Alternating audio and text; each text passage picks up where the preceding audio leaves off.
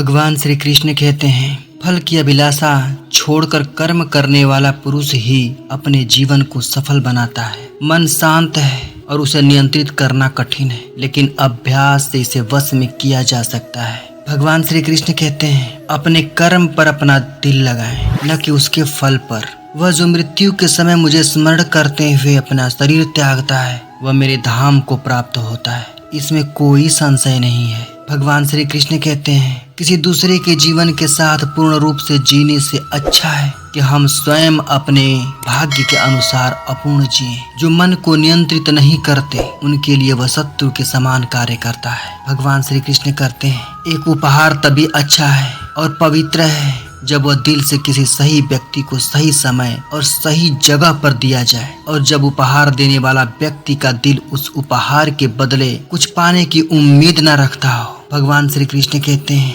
आत्मज्ञान की तलवार से काटकर अपने हृदय से ज्ञान के संदेह को अलग कर दो। अनुशासित रहो, उठो। जो कोई भी जिस किसी भी देवता की पूजा विश्वास के साथ करने की इच्छा रखता है, मैं उसका विश्वास उसी देवता में दृढ़ कर देता हूँ। नरक के 3 द्वार हैं, वासना, क्रोध और लालच। भगवान श्री कृष्ण कहते हैं, लोग आपके अपमान के बारे में हमेशा बात करेंगे। सम्मानित व्यक्ति के लिए अपमान मृत्यु से भी बदतर है। हम जो देखते हैं वो हम हैं, और हम जो हैं हम उसी वस्तु को निहारते हैं। इसलिए जीवन में हमेशा अच्छी और सकारात्मक चीजों को देखें और सोचें। केवल मन ही किसी का मित्र और शत्रु होता है। जो चीज हमारे साथ में नहीं है, जो चीज हमारे हाथ में नहीं है, उसके विषय में चिंता करके कोई फायदा नहीं। भगवान श्री कृष्ण कहते हैं कि जब जब संसार में धर्म की हानि और धर्म की वृद्धि होती है, तब तब अच्छे लोगों की रक्षाएं, दुष्टों का संहार और धर्म की स्थापना के लिए मैं हर युग में अवतरित होता हूँ। श्रेष्ठ मनुष्य जैसा आचरण करता है, दूसरे लोग भी वैसा ही आचरण करते हैं। वह जो प्रमाण देता है, जन समुदाय उसी का अनुसरण करता है। भगवान श्री कृष्ण कहते हैं, दुख से जिसका मन परेशान नहीं होता,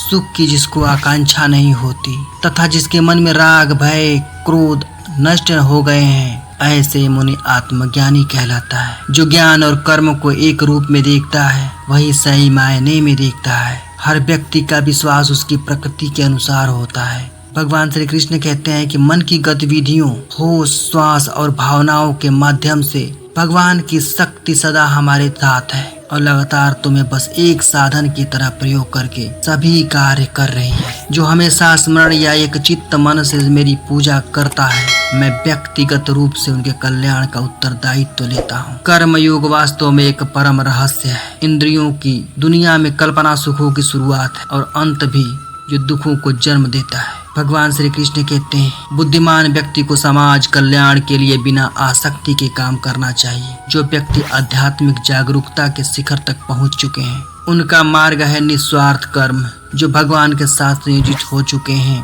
उनका मार्ग है स्थिरता और शांति। यद्यपि मैं इस तंत्र का रचयिता हूँ, लेकिन सभी को यह ज्ञात होना चाहिए कि मैं कुछ नहीं करता और मैं अनंत हूँ। भगवान श्री कृष्ण कहते हैं, जब वे अपने कार्य में आनंद खोज लेते हैं, तब मैं पूर्णता प्राप्त करते हैं। वह जो सभी इच्छाएं त्याग देता है, मैं और मेरा की लालसा और भावना से मुक्त हो जाता है, उसे शांति प्राप्त होती है। मेरे लिए न कोई घृणित है न प्रिय, किंतु जो व्यक्ति भक्ति के साथ मेरी पूजा करते हैं,